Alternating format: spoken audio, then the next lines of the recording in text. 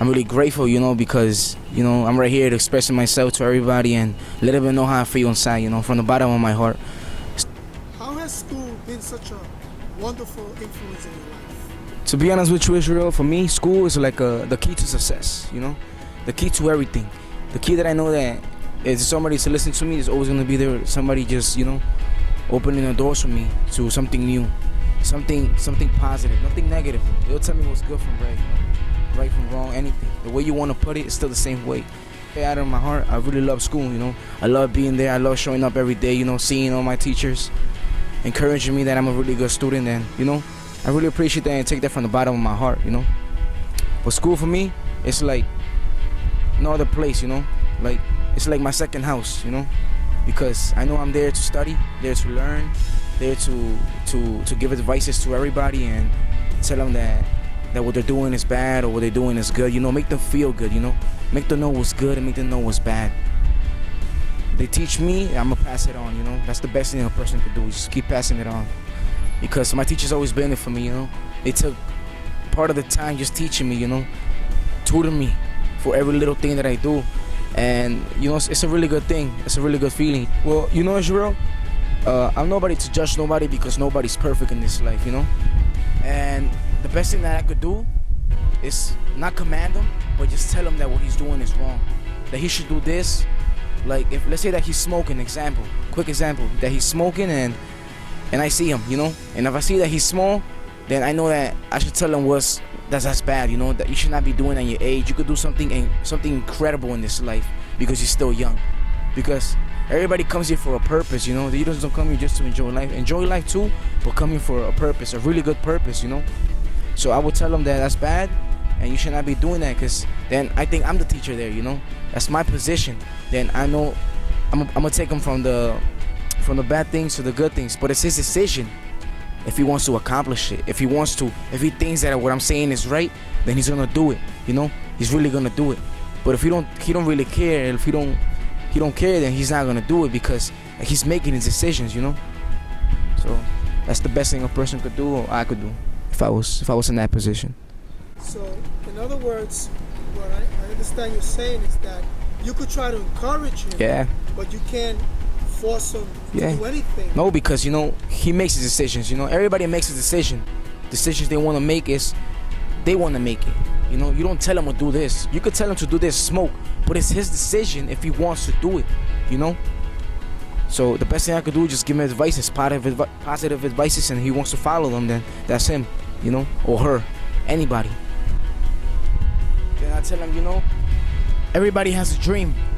Like I have a dream, you have a dream, everybody has a dream, And the best thing that he could do is just stay in school, tell him stay in school, do good, do this, do that. But like I said again, it's his decision, So the advice that I would give him is, stay in school, because school is the keys to everything, the key to success, the key that will take you into a level that you won't imagine what you have done. Why? Because of school, because it's something good, So I'll give him advice that you should stay in school, stay in school and do the positive ways, go the positive way, not the negative way, because you learn from your mistakes, If I did something bad, I'll learn from it. I know next time, if I know something bad, then I'm not gonna do it again, So I will learn from my mistakes and tell them that there's always a second chance, And second chance is to stay in school, That's the advice that I will give him. Stay in school. Stay away from gangs, smoking, anything that's an addiction. Anything that's an addiction, it's not gonna get you nowhere but to the wrong path, But it doesn't mean that you can't get back up on your feet and start a new life, because life is beautiful, But you just gotta know how to live it in a positive way, though. Not just by saying I want to live in, do this, do that in a negative way, saying that let's smoke, let's get high. No, you could live your life in a good way by getting money, but by working, clean money, not by drug dealing, not by getting into gangs, not by robbing. That's bad. You have your reputation down, you have your record, like you end up in jail, and that's bad. You want to live a beautiful life, So, yeah. That's wonderful. Stay away. You have to join a gang so you can feel that you're accepted. Life is accepting you. You gotta know how to live it. but in a positive way. You know, the person that could accept you too is God. You know, God could accept you because He accepts anybody. How has working in a laundromat, I mean, you can work anywhere, but I mean, I say it as a job. How has that helped you to grow as a person? Well, you know, Israel, when I worked in the laundromat, like you said, it helped me to grow as a very mature person, you know. At my age, a very mature person and a little bit more responsibility, you know. Because I know that if I have a job and I want to be in there and I want to make that money, clean money, then I know that I got to wake up early in the morning, you know. So I know that I can't hang out with my friends like I used to, you know, be in the park late, you know, not anymore. And, you know, and do anything is capable, but just stay in that job, you know, stay in that position that I want to stay and make that money. But it has matured me in an upper level because influence, you know, a big influence that I know that if I need help, it's always gonna be there for me, you know. So the thing that I could do to show them that I love and I really care about them is by staying in school, respecting them. They tell me to come home early. I gotta be there home early, you know, because that's my parents. You know, I can't go against them, no, because that's just bringing me to a place that is in a level that's so low that they could step on you like a cockroach, you know. I'm not bringing myself to that level, you know. They're my parents. I believe that you only have one parent, you only have one mother, and one father in this life, you know. And that's how much you can get, and you always gotta respect them. Anywhere you go, no matter whatever they have done to you, always respect them, you know. Respect them. And if they respect you back, then it's because they love you too.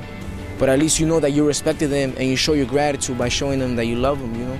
By respecting them, coming home early, you know. Having high grades in school. Your grades are good, you know. People complimenting you in a good way though, you know. Saying that at least your kid knows how to work and at least knows how to do something in life, you know. And he's dependent, you know. He knows what he's doing.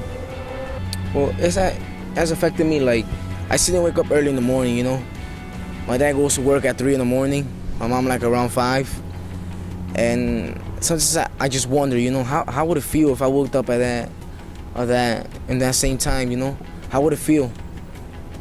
And coming home tired, you know, nobody there, you know. But the way I could just show them is just by having good grades in school, you know. So that at the end of the day, they know that they're not just working for nothing. That they're just not working because, I just want to work. But for working because they know I have accomplished something good, you know. Something wonderful in this life. And that's, you know, staying in school, you know. So when they see my grades, they know that they work for something really good. Really, really good, you know.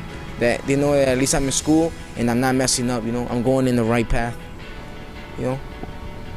My father used to tell me that it's better to walk alone and be in the right path than to walk with a crowd and take you to the wrong path.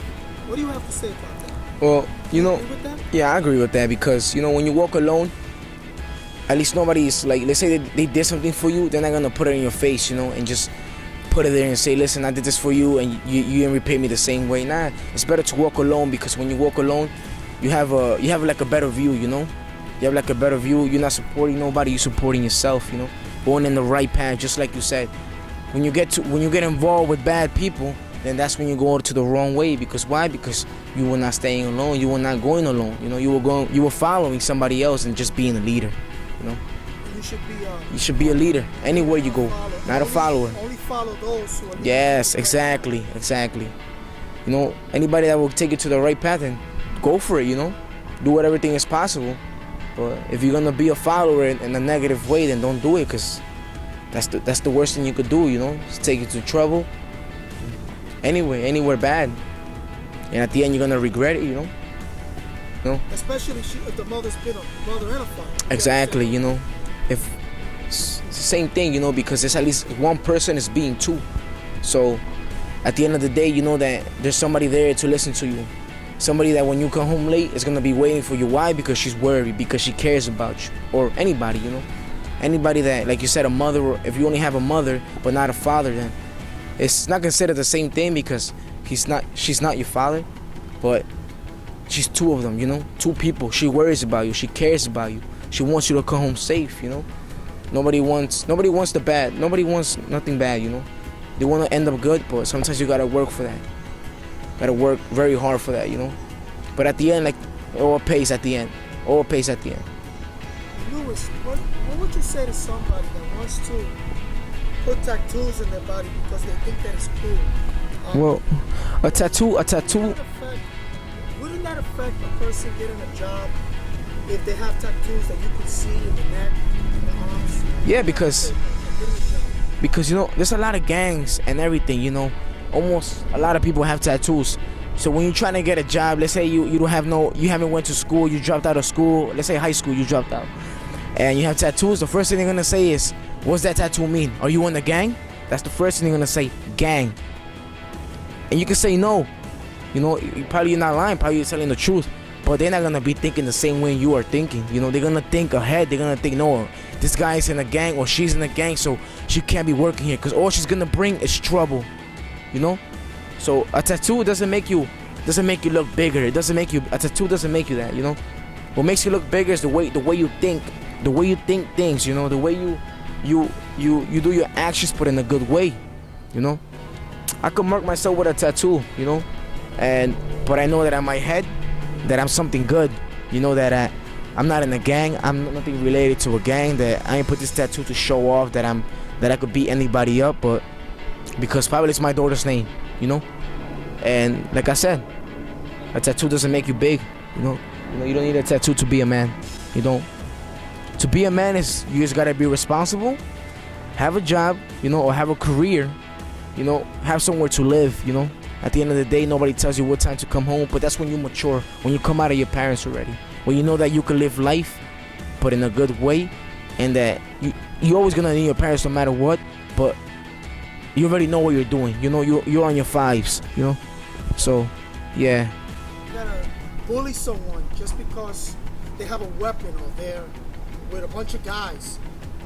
Aren't they really cowards when they behave like that? Yes. Why would you want to start trouble with someone that didn't start with you? Because sometimes it doesn't make them a man, right? It doesn't make them a man, but sometimes they just do that because they have anger inside, you know. And they wanna sometimes take it on the weakest person, but without knowing that person is very smart, that without knowing what that person is capable of doing to you. You know what I'm saying? So they just might take it out of anger, might look cool in front of their friends and say, listen, I could pick on anybody, but that's not true though. You don't have to use violence, you know. You don't have to use violence in anything. Martin Luther King didn't use violence. Gandhi didn't use. You don't have to be a man to join a gang. You could just be responsible. Exactly. Working, right? Responsible, you know. That makes you a man. You paying your bills by clean money, that makes you a man, you know.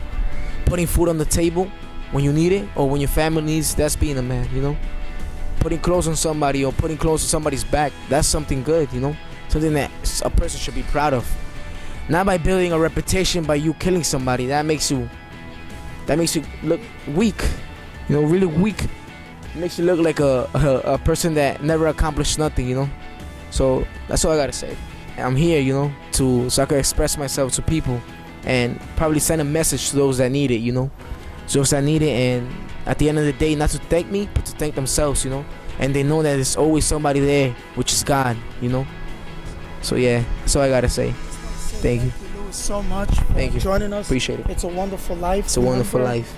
That you may not be able to change the world, but you can make a difference. Exactly. And he's making a difference exactly. in people's lives because Lewis knows who he is, and he knows that you don't have to be a part of any type of negativity or gang, and it's better to walk alone and be in the right path to success than to walk with people that are going to bring you back or pull you backwards. Yeah, you know.